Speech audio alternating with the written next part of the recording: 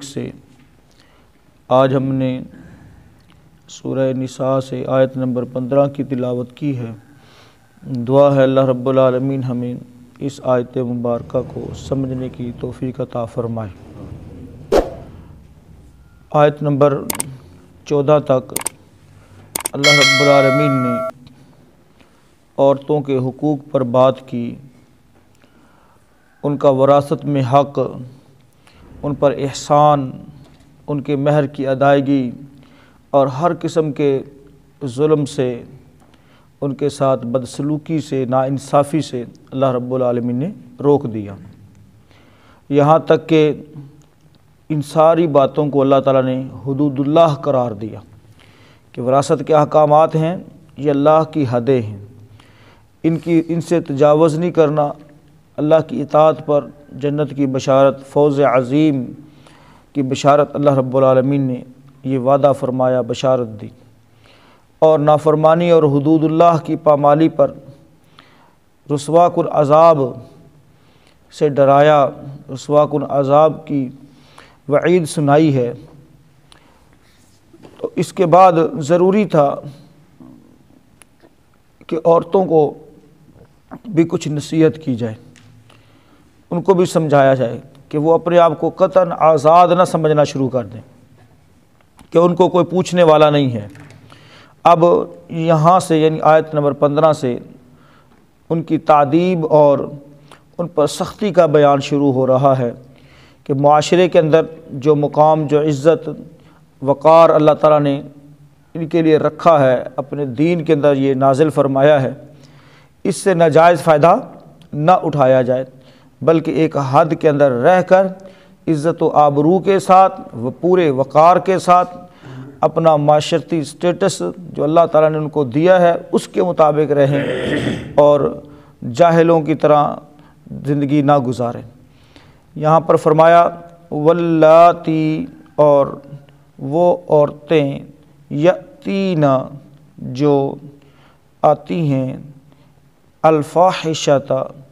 برائی کا ارتکاب کر کے، من نسائکم تمہاری عورتوں میں سے، تمہاری عورتوں میں سے جو بدکاری کا ارتکاب کرے، فاستشہدوا، پس گواہ بناؤ، اس پر گواہ طلب کرو، علیہن ان پر، اربعۃ چار، منکم تم میں سے، پھر ان پر 4 مرد گواہ طلب کرو۔ فَإِن شَهِدُوا، پس اگر وہ گواہی دے دیں، فَأَمْسِكُوهُنَّ، پھر ان کو بند کر رکھو، فِي الْبُيُوتِ، گھروں میں، حتیٰ یہاں تک کہ يَتَوَفَّاهُنَّ الْمَوْتُ، فوت کر دے ان کو موت، یہاں تک کہ انہیں موت اٹھا لے، موت آ جائے، او یا پھر يَجْعَلَ اللَّهُ، بنا دے اللہ، لَهُنَّ ان کے لیے، سبیلا، کوئی راستہ، یا پھر اللہ تعالیٰ ان کے لیے کوئی راستہ بنا دے، یعنی کوئی اور سزا مقرر کر دے یا کوئی اور قانون نازل فرما دے، اس وقت تک ان کو اپنے گھروں کے اندر بند رکھا جائے یعنی موت تلک۔ محترم بھائیو، یہ آیت مبارکہ ابتدائی طور پر تعذیبی حیثیت رکھتی ہے، بعد میں سورۃ نور کے نازل ہونے کے بعد مکمل طور پر قانون بدل دیا گیا۔ اب قید رکھنا نہیں ہے بلکہ کچھ اور قانون ہے، وہ میں انشاءاللہ تفسیر کے اندر بیان کرتا ہوں۔ ترجمہ دوبارہ سے دیکھیں، واللاتی یاتین الفاحشۃ من نسائکم، اور تمہاری عورتوں میں سے جو بدکاری کا ارتکاب کریں، فاستشہدوا، تو ان پر جو ہے طلب کرو،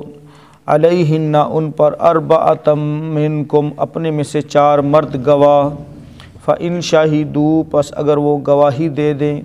فَأَمْسِكُوهُنَّ فِي الْبُيُوتِ، تو انہیں گھروں میں بند رکھو، حتیٰ یہاں تک کہ يَتَوَفَّاهُنَّ الْمَوْتُ، انہیں موت اٹھا لے جائے، یعنی موت ان کو فوت کرے، موت کا وقت آ جائے، او يَجْعَلَ اللَّهُ، یا بنا دے اللہ تعالیٰ، لَهُنَّ ان کے لیے، سبیلا، کوئی اور راستہ۔ آج کا جو ہمارا سبق ہے اس میں زنا کی، بدکاری کی ابتدائی سزا اور کچھ شرائط کا بیان ہوا ہے۔ اس میں جو پہلی شرط ہے وہ یہ کہ زنا کے ثبوت کے لیے کہ واقعی اس نے بدکاری کا ارتکاب کیا ہے 4 مرد گواہوں کی ضرورت ہے، 4 مرد گواہوں کی ضرورت ہے، اور اگر 4 مرد گواہ نہیں ہیں یا 3 مرد ہیں تو پھر 2 عورتیں ہونی چاہیے، کیونکہ 2 عورتوں کی گواہی 1 مرد کے برابر ہے۔ تو جب تک گواہ پورے نہ ہوں، اگرچہ ایک آدھ جس نے دیکھا ہے وہ گواہی دے، وہ عینی شاہد ہی کیوں نہ ہو، تو محترم بھائیو زنا کی حرمت یعنی یہ ثابت نہیں ہوگی، اس کی سزا یا زنا کا جو معاملہ ہے وہ ثابت نہیں ہو سکتا جب تک 4 نہ ہوں۔ اب یہ جو 4 کا معاملہ ہے نا، اس کے اندر بھی شریعت میں بہت بڑی حکمتوں کی وجہ سے یہ 4 گواہ متعین کیے ہیں، یہاں تک کہ رسول اللہ صلی اللہ علیہ وسلم نے ایک شخص نے آ کر پوچھا، اللہ کے نبی صلی اللہ علیہ وسلم، اگر بندہ اپنی بیوی کے ساتھ کسی غیر مرد کو دیکھے تو وہ کیا کرے؟ کیا وہ اس کو قتل کر سکتا ہے؟ رسول اللہ صلی اللہ علیہ وسلم نے فرمایا کہ وہ اس کو قتل نہیں کر سکتا، یعنی خود بندہ اپنی بیوی کے ساتھ کسی غیر مرد کو دیکھے تو وہ اس کو قتل نہیں کر سکتا۔ تو اللہ کے رسول صلی اللہ علیہ وسلم سے پوچھا گیا کہ کیا اس کی غیرت گوارا کرے گی کہ وہ گواہوں کو ڈھونڈے، اور گواہ یعنی اس کی غیرت تو قطعاً یہ گوارا نہیں کرے گی۔ رسول اللہ صلی اللہ علیہ وسلم نے فرمایا کہ اللہ تم سے زیادہ غیرت والا ہے، اللہ تعالیٰ تم سے زیادہ غیرت والا ہے، کیونکہ اس طرح کا کوئی کیس اگر ہوتا ہے تو وہ کوئی ایک آدھ ہوگا، جبکہ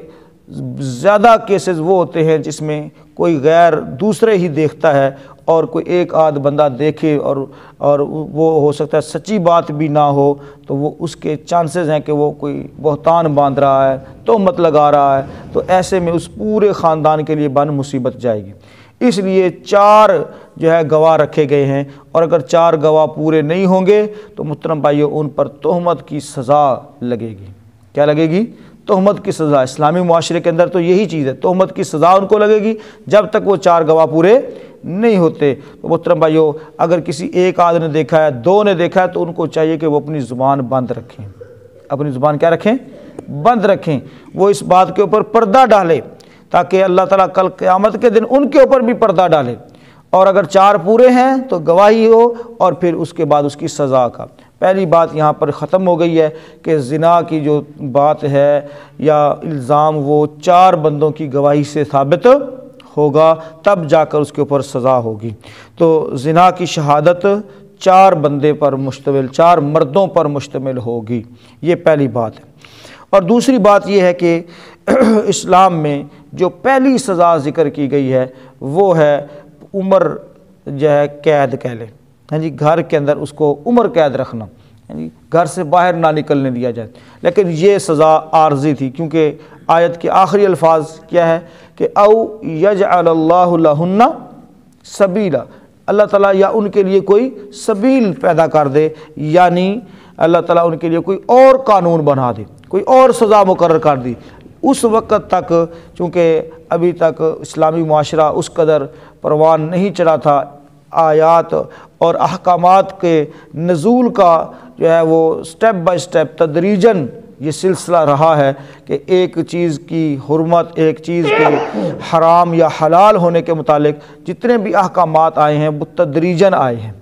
ہاں جی، سٹیپ بائی سٹیپ آئے ہیں، ایک ہی دم نہیں آئے، کیونکہ انسانی فطرت ہے اگر ایک چیز کی قباحت کو واضح طور پر بیان نہ کیا جائے، ایک چیز کی قباحت جب تک ذہنوں کے اندر راسخ نہ ہو جائے اس وقت تک اس کے بارے میں کوئی سزا کا اعلان اس کے اوپر بھار بن جاتا ہے، اس کے لیے مشکل ہو جاتا ہے۔ تو اللہ رب العالمین جب سود اور شراب کو حرام قرار دیا تو اس میں بھی بتدریجاً اللہ رب العالمین نے ذکر کیا، پہلے ان کی برائی کو بیان کیا، پھر برائی کو بیان کیا، اور پھر جو ہے اس کی سزا کا بیان کیا۔ تو اس طرح سے محترم بھائیوں اللہ تعالیٰ نے یہاں پر زنا کی جو سزا ہے پہلے وہ عمر قید رکھی کہ ان کو جو ہے محبوس کر کے رکھا جائے، ان کو بند کیا جائے، اور پھر اللہ تعالیٰ نے جب سورہ نور نازل فرمائی تو اس وقت اس کے اندر سزا بدل دی گئی، قانون بدل دیا گیا، جیسا کہ صحیح مسلم شریف کے اندر ہے۔ پیارے پیغمبر جناب محمد الرسول اللہ صلی اللہ علیہ وسلم نے فرمایا، مجھ سے احکام دین لو، مجھ سے احکام دین لو۔ اللہ تعالیٰ نے ان عورتوں کے لیے سبیل پیدا فرما دی ہے کہ کنوارا کنواری کے ساتھ زنا کرے تو اس کے لیے 100 کوڑے ہیں اور 1 سال کی جلاوطنی، اور 1 سال کی جلاوطنی، اس کو اپنے شہر سے نکال دیا جائے، ملک سے نکال دیا جائے۔ اور اگر کوئی شادی شدہ جوڑا جو ہے وہ زنا کرتا ہے، یعنی مرد شادی شدہ ہے یا عورت بھی شادی شدہ تھی، تو ایسے میں رسول اللہ صلی اللہ علیہ وسلم نے ان کو سنگسار کرنے کا حکم فرمایا۔ اس کا سنگسار کرنے کا حکم فرمایا۔ تو محترم بھائیو، یہ ہے وہ سبیل جس کا اللہ رب العالمین نے ذکر فرمایا ہے۔ تو زنا کی سزا اور زنا کے ثابت ہونے کرنے کے لیے اور اس کی سزا کے لیے یہ نیا قانون جو اللہ رب العالمین نے سورہ نور کے اندر نازل فرمایا، یہ امپلیمنٹ ہوا باقاعدہ طور پر، اور اس کے بڑے اچھے اثرات اور گناہ اور زنا اور بدکاری کا خاتمہ ہی ہو گیا، ہاں جی، خاتمہ ہی ہو گیا۔ محترم بھائیو، اب یہ جب سے حدود اللہ کے نفاذ کا معاملہ ختم ہوا ہے، شرعی سزاؤں کا معاملہ، محترم بھائیو، اس کو بلکہ کچھ لوگوں نے تو اپنی بدنیتی کی وجہ سے اس کے اوپر بڑی بڑی جملے، اس کے اوپر بڑی بڑی باتیں کی ہیں کہ یہ جناب ظالمانہ قانون ہے، فلاں ہے فلاں ہے۔ یاد رکھیے، اللہ اپنی مخلوق سے سب سے زیادہ پیار کرنے والی ذات ہے، اور اس نے جو قوانین دیے ہیں وہ اس کی فطرت کو، اس کی عادت کو، اس کی شرست کو سمجھتے ہوئے پوری حکمت کے ساتھ اس نے یہ قوانین دیے ہیں، اور ان قوانین کو اگر نافذ کر دیا جائے تو یقین جانیں پوری زمین کے اوپر اللہ کی نافرمانی والا معاملہ ہی ختم ہو کر ہے۔ لیکن اللہ تعالیٰ معاف فرمائے، ہم چونکہ انسان ہیں اور ہم حکمتوں کے اندر پڑ جاتے ہیں، اور اپنی جان بچانے اور جو عارضی وقتی فائدہ ہوتا ہے اس کو نظر میں رکھتے ہیں، جس کی وجہ سے ہم بڑا نقصان اٹھاتے ہیں۔ تو اس وقت برائی کا دروازہ ایک ہی شکل کے اندر بند ہو سکتا ہے کہ جب ہم اللہ کی حدوں کو نافذ کرنا شروع کر دیں۔ اور رسول اللہ صلی اللہ علیہ وسلم نے فرمایا، اللہ کی زمین پر ایک حد کو نافذ کرنا، ایک حد کو نافذ کرنا، ایک شرعی سزا کو نافذ کرنا، زمین پر مسلسل 1 مہینہ بارش ہونے سے زیادہ فائدہ مند ہے۔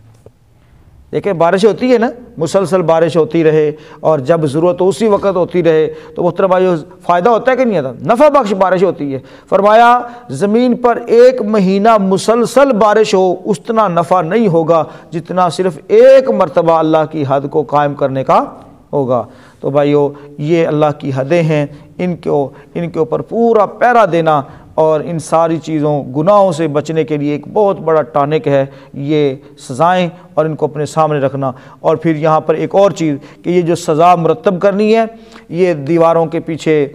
چھپ چھپا کے نہیں، بلکہ ان سزاؤں کا بیان جو ہوا ہے اور ان سزاؤں کو جو جب نافذ کرنا ہے تو ایک بہت بڑی جماعت کا ہونا وہاں پر ضروری ہے، تاکہ دوسروں کو بھی نصیحت ہو، تاکہ دوسروں کو بھی نصیحت ہو۔ دیکھیں نا، اب قتل کا معاملہ ہو گیا، قتل کے بدلے قتل کی سزا اللہ تعالیٰ نے رکھی ہے۔ اب آپ دیکھ رہے ہیں قاتل جو ہے قتل کر کے چھپ جاتے ہیں، پکڑے بھی جاتے ہیں تو تب بھی وہ محفوظ رہتے ہیں، یعنی وہ جب پکڑے جاتے ہیں تو تب ان کو زیادہ اطمینان ہوتا ہے کہ ہم کیا ہو گئے ہیں، محفوظ ہو گئے، حالانکہ پکڑنے جانے کے بعد ان کو ڈر ہو، خوف ہو کہ جناب چوک کے اندر کھمبا ہوگا، کھمبے کے اوپر پھندا ہوگا اور اس کے اوپر ہمیں لٹکایا جائے گا، تو پھر کوئی بھی بندہ کسی کی جان پر ہاتھ نہیں ڈالے گا۔ لیکن محترم بھائیو، جب سزائیں ہیں نہیں اور